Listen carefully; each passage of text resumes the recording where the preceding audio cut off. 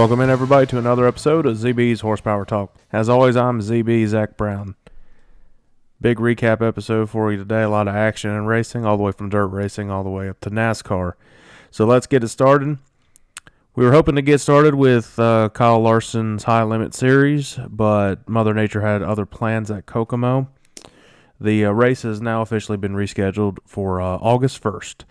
So got to wait a little bit longer to go to that racetrack. It'll be definitely a good show later on this summer, and a lot of people are definitely looking forward to it. So we'll have to wait a little bit longer, everybody. But the first racing action of the week happened on dirt at Atomic for the All-Star Circuit of Champions heading there. Now, in the previous episode, special guest Nate Reeser was there. One of the local guys was saying how that track is raced and what you need to do to go into it. You got to be able to run the high line pretty hard and have a lot of momentum going down the front stretch and back stretches and everything. Well, two drivers that were taking advantage of solid time trials and great heat finishes were Kyle Larson and Tyler Courtney, starting on the front row. They battled out throughout the whole race. Tyler Courtney led late, and Kyle Larson was able to complete the pass and get the win at Atomic, and that was actually Kyle Larson's first sprint car win of the year. Surprising he hasn't had any more than that. He only raced a few this year, though. He's raced a lot of the late model races, and he's focused a lot on asphalt this year as well.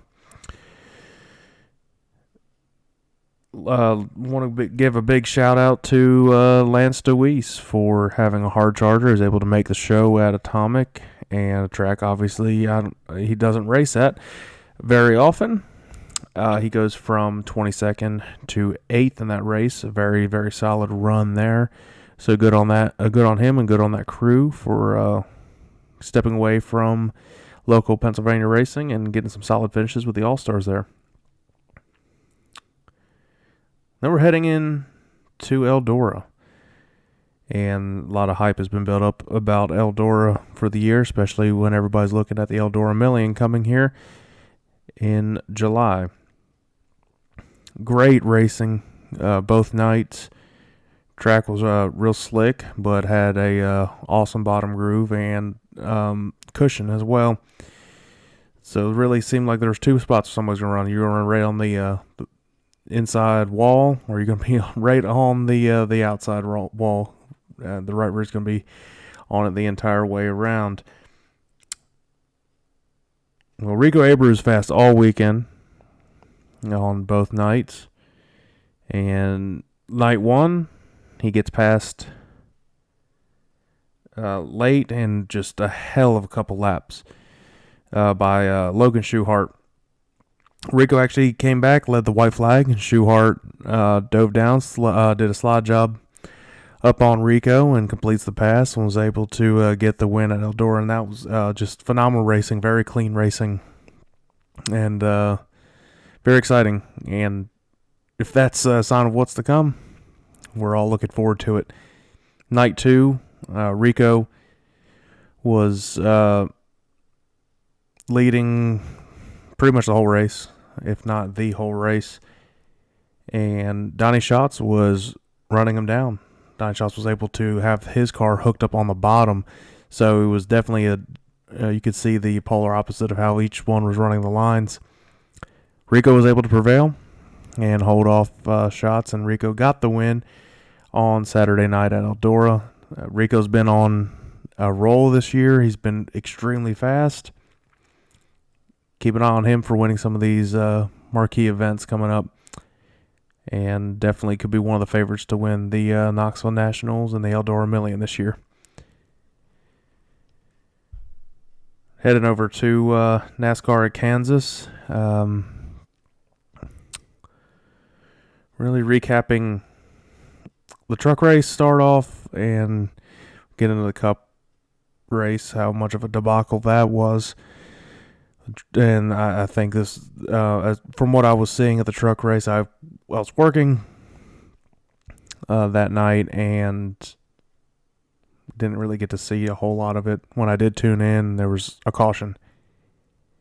So kind of expected that crash fest as the truck series have had. You bunch the cars up at Kansas on these restarts with the inexperience with the truck drivers and how aggressive they want to be, and they push it way too hard, way too early on. You're going to see a lot of cautions happen, and it clearly did. But one driver that was able to avoid every wreck towards the end and sneak out of Kansas with a win was Grant Enfinger. So congrats to Grant. My pick, Ty Majeski, did not do so well. He got wrecked early on, so that's about my luck. But congrats to Grant Enfinger on that entire crew of getting away with one at Kansas and surviving and not getting caught up in the 1,000 cautions they had. Now the big one to really go through. As I'm recording this, the race has just ended. And lots of reactions for this one. All right. So early on, literally lap 5, Larson has the lead. Tyler Reddick gets a run. Comes up, gets a little tight off of 4, which was basically foreshadowed a ton of the cautions throughout the race. Gets into Larson, spins him. Larson's just, his damn bad luck continues. I don't think I've seen such bad luck out of a driver getting turned and everything. Luckily, he didn't hit anything, not really any damage on the car. They were able to bring it in and keep working on it. Then it was on from there. Yeah, you just know Larson, he's fed up with all getting caught up in these wrecks and getting spun. And he was driving the hell out of that thing. The rest of stage 1 and into stage 2. I believe he even got stage points out of the first stage as quick as he was running. So that was pretty impressive. Not really shocking that he was able to do that, but still, it's impressive either way. And Denny Hamlin, it was Toyota's really the whole day. It was going to be a Toyota or it was going to be Hendrick that wins. That's what was going to happen. Denny Hamlin got around Truex later in the first stage and gets the stage win there. Lap 5, I think, was the only caution before the stage break in the first stage. And that was going to be it. Because if you follow the ticker on the FS1, Fox Sports broadcast and everything, you'll see where it goes caution, the bar and everything goes from green to yellow and everything like that. And stage 2, caution and caution and caution and cautions were there. And that almost entire thing was yellow, and that's not what you want to see. And it's weird that it happened on a mile and a half like this, but these cars get stacked up like I was just talking about the truck race. And you're getting a bunch of younger drivers as well in the Cup Series that start being a little over aggressive, more than they need to be, and they don't realize which part of the race they're in. They think they're on lap with 4 to go, 3 to go every single lap. In fact, they're not. And they go a little harder, and I'm guessing they don't listen to their spotters, because I know these spotters are on top of it. They're pretty dang good. They focus in really hard for the races. They see everything that's going on. But the drivers like to push the limits on this stuff. So, caution field, stage 2 is really all I can say. It ends under caution 2. There's a caution right before that, and it's hard to keep up with all these cautions. And people stayed out. A couple people stayed out. A lot of people pit. The faster cars all day, they all pit. And Logano was able to capitalize on that and get the win in stage 2. Now for the final stage. Again, it was caution, and kind of gets a little bit. It was getting annoying. It was not a little bit annoying. It was freaking annoying. As a fan that just wanted to see how things would pan out on long runs and see how it would go, I was fed up with everybody crashing after 10, 15 laps. So much so that nearly every crew ran out of tires. And finally, we get a decent long run towards the end with Larson in the lead, and Byron, who was 2 laps down early on, somehow drives his way through the field with, getting at many cautions. Of course, he's going to get his laps back. And he was able to be up there in contention with Larson. But Denny Hamlin got around Byron, and he was tracking down Kyle coming into the closing laps.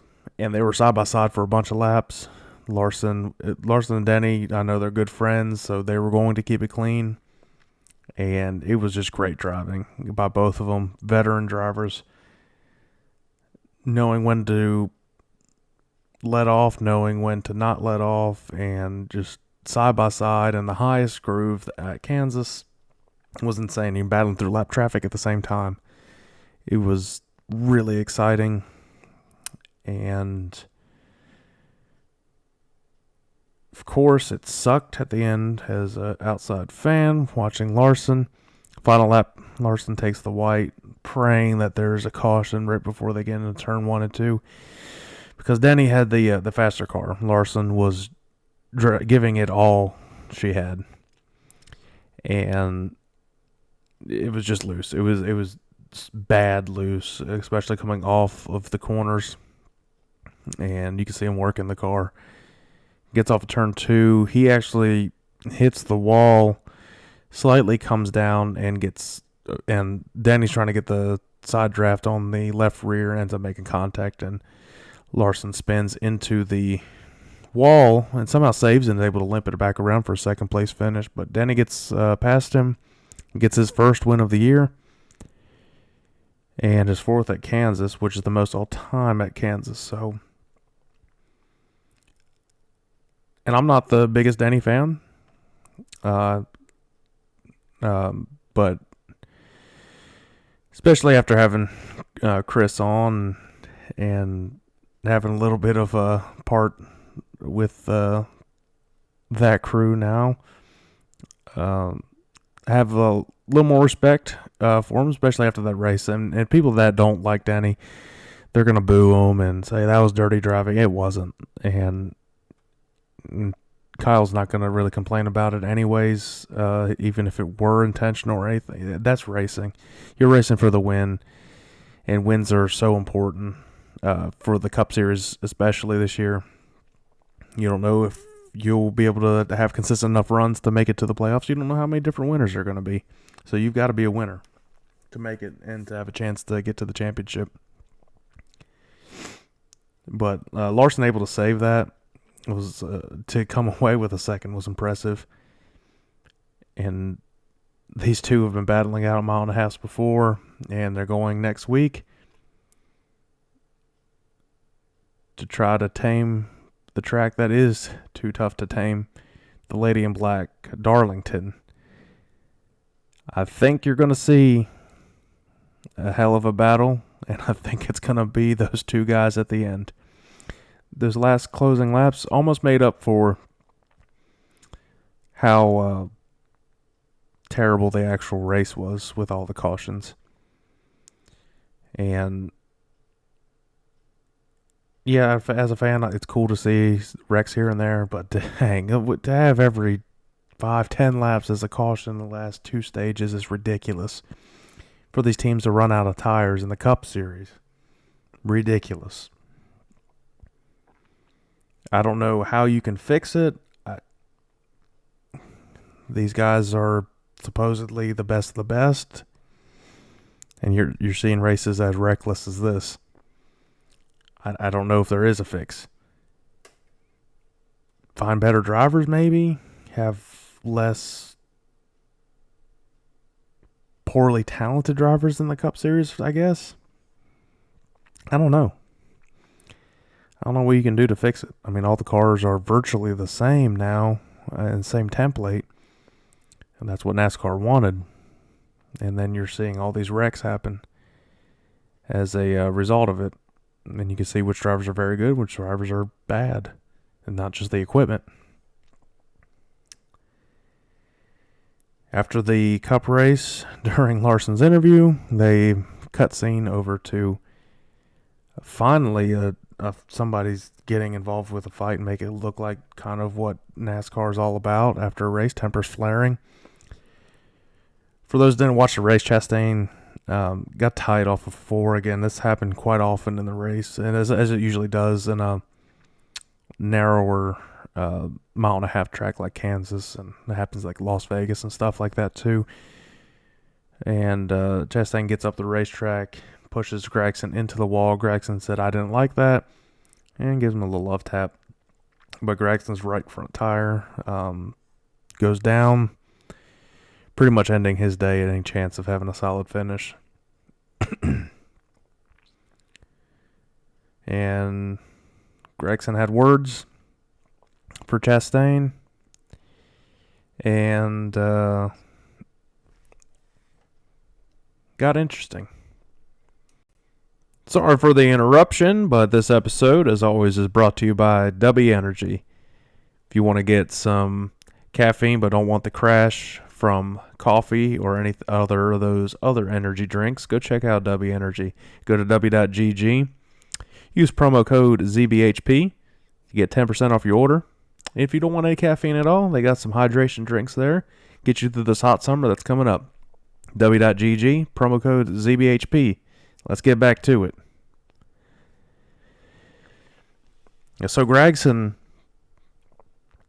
gets in Ross's face and grabs him. And I'm sure there's some choice words that were used. And Chastain said, "Nah, I ain't going to deal with this right now." And punches Gragson in the face. And everybody's like, "Hell yeah, this is what it's about. This is NASCAR right here." Gragson wasn't able to get any shots in at Chastain, so poor on you, Noah. Come on, man. You could at least got one in. But they got separated just like anybody else do. I mean, I feel like they should let them go at it for a minute too. I mean, especially the person that's the common denominator in all these crashes that have been happening in the last few weeks. And I said it last time, kind of needs to get smacked in the face. But everybody knows about karma. And we're going to Darlington this week. So I wouldn't want to be Chastain going into Darlington right now. It's going to be interesting. Whether it's the track that tames him or somebody sends him to get his own Darlington stripes, I won't be surprised at all. We'll preview Darlington with my dad at Crew Chief Corner later on this week. And we'll have our picks there. Decent race, I guess, overall at Kansas.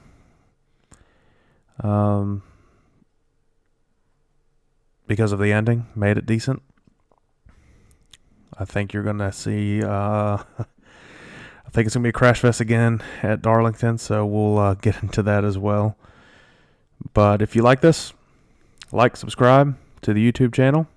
We're over 100 subscribers now, so we're slowly growing, and I appreciate everybody's support, and we're going to keep this thing going. Go ahead, follow on all social media platforms, and go ahead and check me out if you can't watch me on all podcast networks. Everybody have a good week. We'll see you in a few days at Crew Chief Corner.